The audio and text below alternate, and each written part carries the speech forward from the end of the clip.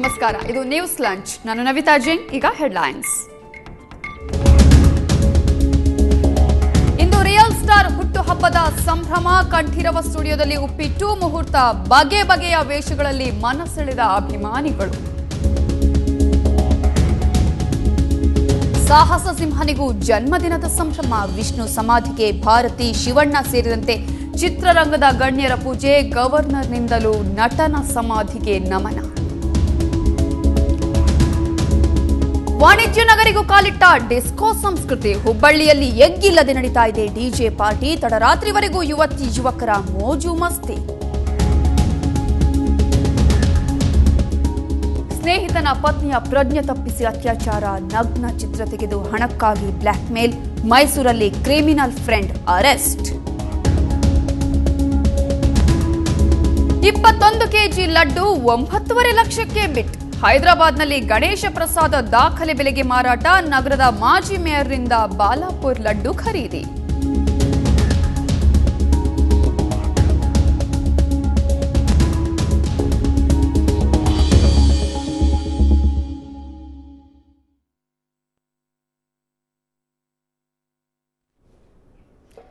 ಸ್ಯಾಂಡಲ್ವುಡ್ನ super star ಉಪೇಂದ್ರಗೆ ಇವತ್ತು 45ನೇ ಹುಟ್ಟುಹಬ್ಬದ ಸಂಭ್ರಮ. ಪ್ರತಿ ವರ್ಷದಂತೆ ಈ ವರ್ಷವೂ ಉಪೇಂದ್ರ ಹುಟ್ಟುಹಬ್ಬದಂದು ಹೊಸ ಚಿತ್ರವೊಂದು ಸೆಟ್ಟೇರಿದೆ.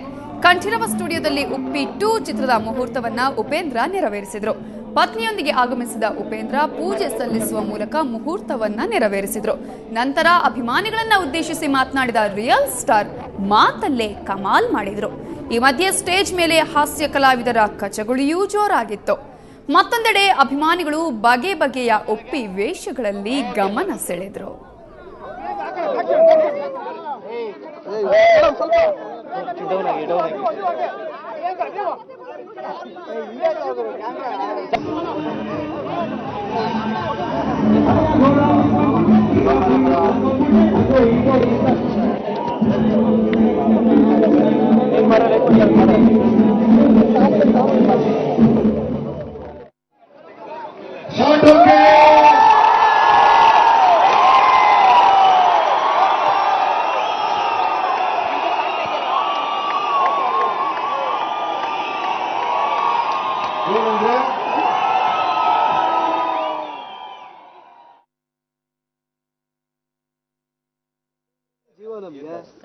ಇದು ಉಪೇಂದ್ರ ಚಿತ್ರದ ಕಾಲದಲ್ಲಿ ಸಾಗತ್ತೆ ಪ್ರೆಸೆಂಟ್ ಪಾಸ್ಟ್ ಫ್ಯೂಚರ್ ಆ ತರದ್ದು ಏನಲ್ಲ ಅದು ನೋಡಿ ನೀವು ಅದು ಯಾವ ಕಾಲದಲ್ಲಿ ಸಾಗುತ್ತೆ ಅಂತ. ಬಟ್ ಅದೇ ಕಾಲದಲ್ಲೇ ಸಾಗ್ತಾ ಇರುತ್ತೆ.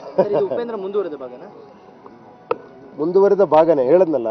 ಏನೋ ಉಪೇಂದ್ರ ಅದು ಆ ಒಂದು ಕಾನ್ಸೆಪ್ಟ್ ಇಟ್ಕೊಂಡೆ ಇದನ್ನ ಸ್ಟಾರ್ಟ್ ಮಾಡಿರೋದು. ಆ ಕ್ಯಾರೆಕ್ಟರೇ ಇರುತ್ತೆ, ಬೇರೆ ತರ ಇರುತ್ತೆ. ಬೇರೆ ಪಾತ್ರಗಳು ಅಲ್ಲಿ ಏನಿದ್ವು ಆ ಪಾತ್ರಗಳು ಮತ್ತೆ ಇಲ್ಲ, ಇವರಂತೂ ಬರಕ್ ಚಾನ್ಸ್ ಇಲ್ಲ. ಯಾಕಂದ್ರೆ ಅವ್ರು ಸಾಯಿಸ್ಬಿಟ್ಟಿದ್ದೀನಿ ನಾನು.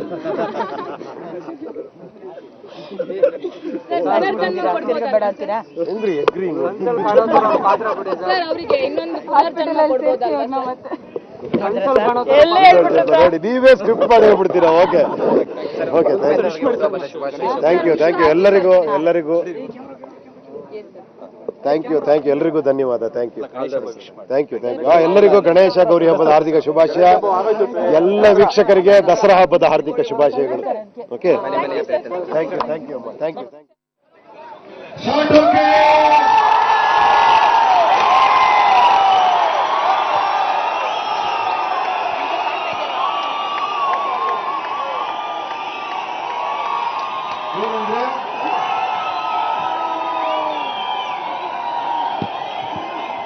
ಇವತ್ತು ನಿಮ್ಮೆಲ್ಲರ ಆಶೀರ್ವಾದದಿಂದ, ನಿಮ್ಮೆಲ್ಲರ ಆರೈಕೆಯಿಂದ ನಮ್ದು ಪ್ರೊಡಕ್ಷನ್ ಶುರುವಾಗ್ತಾ ಇದೆ, ಉಪೇಂದ್ರ ಪ್ರೊಡಕ್ಷನ್ಸ್ ಅಂತ. ಅದರ ಫಸ್ಟ್ ಶಾಟ್ ನನಗೆ ಈ ದೇವರಿಗೆ ಬೇಕಾಗಿದ್ರು, ಅದಕ್ಕೆ ಈ ದೇವ್ರ ಶಾಟ್ ತೆಗೆದಿದ್ದೆ.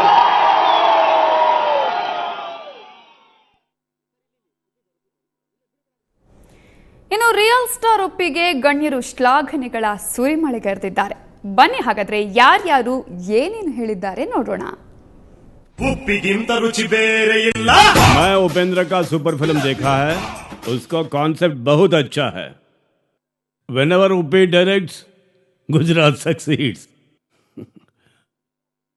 और सफलता की दिशा में सुपर फिल्म में बहुत अच्छा संदेश था. अब तक मैंने इससे अच्छा फिल्म नहीं देखा. वो फिल्म 20-25 साल आगे है।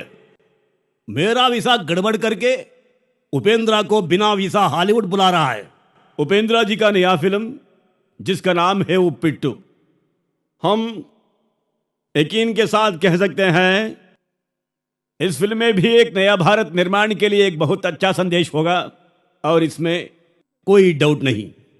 और जो भी हम काम करते हैं आम आदमियों के लिए करते हैं, गरीबों के लिए करते हैं।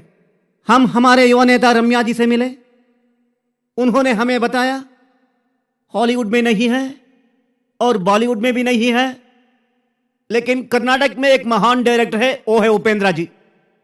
वो अभी एक नया फिल्म कर रहे हैं, वो उप्पिट्टू है।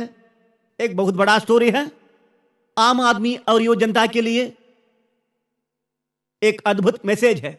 We all know about the great director Mr. Upendra Ji in his previous film Super had shown that you will get $50 for 1 rupee. What a great thought that was. Today we are facing economic crisis in our country. I hope that his new venture Uppittu will be an answer to all our economic problems. I hereby advise the finance minister to meet Mr. Uppi. Whenever I go to Bangalore, I will watch Upendra movies. And he is the inspiration to youth. And he is also a fantastic director. His next movie is Uppittu. He will do one. ಸಾಹಸ ಸಿಂಹ ವಿಷ್ಣುವರ್ಧನ್ ನಮ್ಮನ್ನಗಲಿ 4 ವರ್ಷ. ಅವರ ನೆನಪು ಮಾತ್ರ ಅಜರಾಮರ. ವಿಷ್ಣು ಬದುಕಿದ್ದಿದ್ರೆ ಅವರಿಗೆ 63ನೇ ಹುಟ್ಟುಹಬ್ಬ. ಈ ಹಿನ್ನೆಲೆಯಲ್ಲಿ ಬೆಂಗಳೂರಿನ ಉತ್ತರಹಳ್ಳಿಯಲ್ಲಿರೋ ವಿಷ್ಣು ಸಮಾಧಿ ಸ್ಥಳಕ್ಕೆ ಅಭಿಮಾನಿಗಳ ದಂಡೆ ಆಗಮಿಸಿತ್ತು. ವಿಷ್ಣು ಸಮಾಧಿಗೆ ಪೂಜೆ ಸಲ್ಲಿಸಿ ನೆಚ್ಚಿನ ನಟನಿಗೆ ವಂದನೆ ಸಲ್ಲಿಸಿದರು. ಹಿರಿಯ ನಟರಾದ ಶಿವರಾಮ್, ರಮೇಶ್ ಭಟ್ ಸೇರಿದಂತೆ ಹಲವು ನಟ ನಟಿಯರು ಸಮಾಧಿ ಸ್ಥಳದಲ್ಲಿ ಪೂಜೆ ಸಲ್ಲಿಸಿದರು.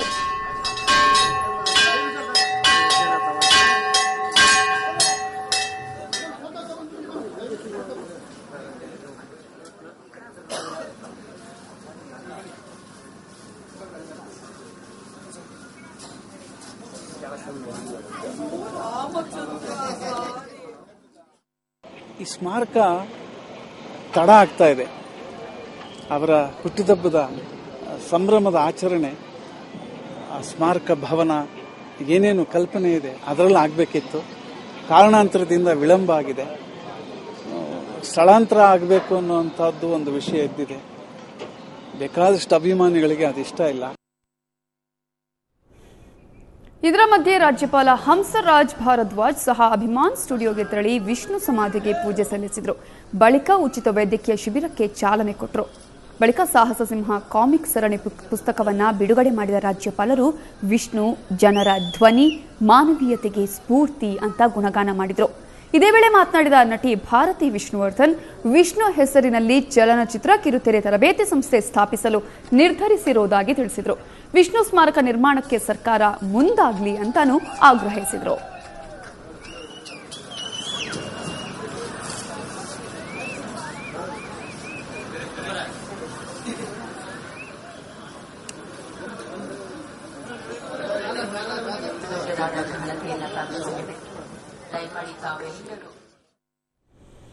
ಮೆಟ್ರೋಪಾಲಿಟನ್ ಸಿಟಿಗಳಿಗಷ್ಟೇ ಸೀಮಿತವಾಗಿದ್ದ ಡಿಜೆ ಪಾರ್ಟಿ ಇದೀಗ ವಾಣಿಜ್ಯ ನಗರಿ ಹುಬ್ಬಳ್ಳಿಗೂ ಕಾಲಿಟ್ಟಿದೆ. ಡಿಸ್ಕೋ ಜಾಕಿ ಪಾರ್ಟಿಗಳ ಹೆಸರಲ್ಲಿ ನಗರದ ಪ್ರತಿಷ್ಠಿತ ಹೋಟೆಲ್ಗಳಲ್ಲಿ ಎಗ್ಗಿಲ್ಲದೆ ಮೋಜು ಮಸ್ತಿ ನಡೀತಾ ಇದ್ದು ಪೊಲೀಸರಿಗೆ ತಲೆನೋವಾಗಿ ಪರಿಣಮಿಸಿದೆ. ತುಂಡು ಬಟ್ಟೆಗಳನ್ನು ಧರಿಸಿ ಬರೋ ಹುಡುಗಿಯರು ಕಂಠಪೂರ್ತಿ ಕುಡಿದು ಹುಡುಗರೊಂದಿಗೆ ಕುಪ್ಪಳಿಸುತ್ತಿದ್ದಾರೆ. Taj gateway, Hans, travelling, Woodland ಹೋಟೆಲ್ಗಳಲ್ಲಿ ರಾತ್ರಿ ಇಡೀ ಕಾಕ್ಟೇಲ್ ಪಾರ್ಟಿಗಳು ನಡೀತಾ ಇವೆ. ಇದು ಪಾರ್ಟಿ ವೇಳೆ ಕಂಡುಬರೋ ಸಾಮಾನ್ಯ ದೃಶ್ಯಗಳಾದರೆ ಇನ್ನು ಒಳಗಡೆ ಮಾದಕ ವಸ್ತುಗಳ ಸೇವನೆ ಕೂಡ ನಡೆಸಲಾಗ್ತಿದೆ ಎಂಬ ಆರೋಪ ಕೇಳಿ ಬರ್ತಾ ಇದೆ. ಈ ಬಗ್ಗೆ ಎನ್ಎಸ್ಯುಐನ ರಾಷ್ಟ್ರೀಯ ಸದಸ್ಯ ರಜತ್ ಉಳ್ಳಾಗಡ್ಡಿ ಮಠ್ ಇದಕ್ಕೆ ಕಡಿವಾಣ ಹಾಕಿ ಅಂತ ಮುಖ್ಯಮಂತ್ರಿ ಸಿದ್ದರಾಮಯ್ಯ ಅವರಿಗೆ ಮನವಿ ಮಾಡಿದ್ದಾರೆ.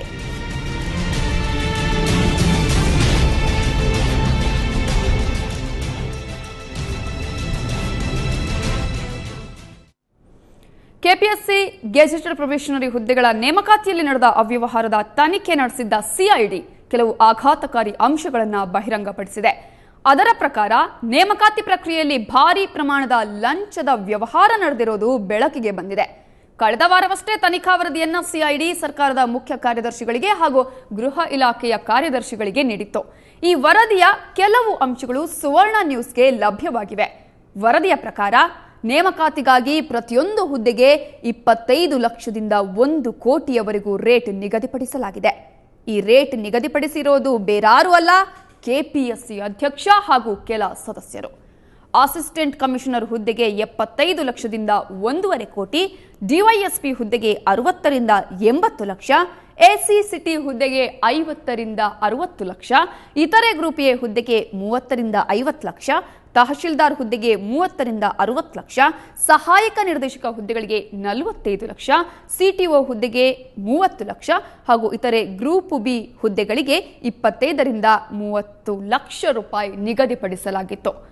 ಮತ್ತೊಂದು ಅಚ್ಚರಿಯ ಸಂಗತಿ ಅಂದ್ರೆ ಈ ನೇಮಕಾತಿ ಮುಗಿದ ಬಳಿಕ ಕೆಪಿಎಸ್ಸಿ ಅಧ್ಯಕ್ಷರ ಚರ ಹಾಗೂ ಸ್ಥಿರಾಸ್ತಿಯಲ್ಲಿಯೂ ಹೆಚ್ಚಳ ಕಂಡು ಬಂದಿದೆ. ಈ ಬಗ್ಗೆಯೂ ತನಿಖೆ ನಡೆಸಬೇಕು ಅಂತ ಸಿಐಡಿ ವರದಿಯಲ್ಲಿ ಹೇಳಿದೆ.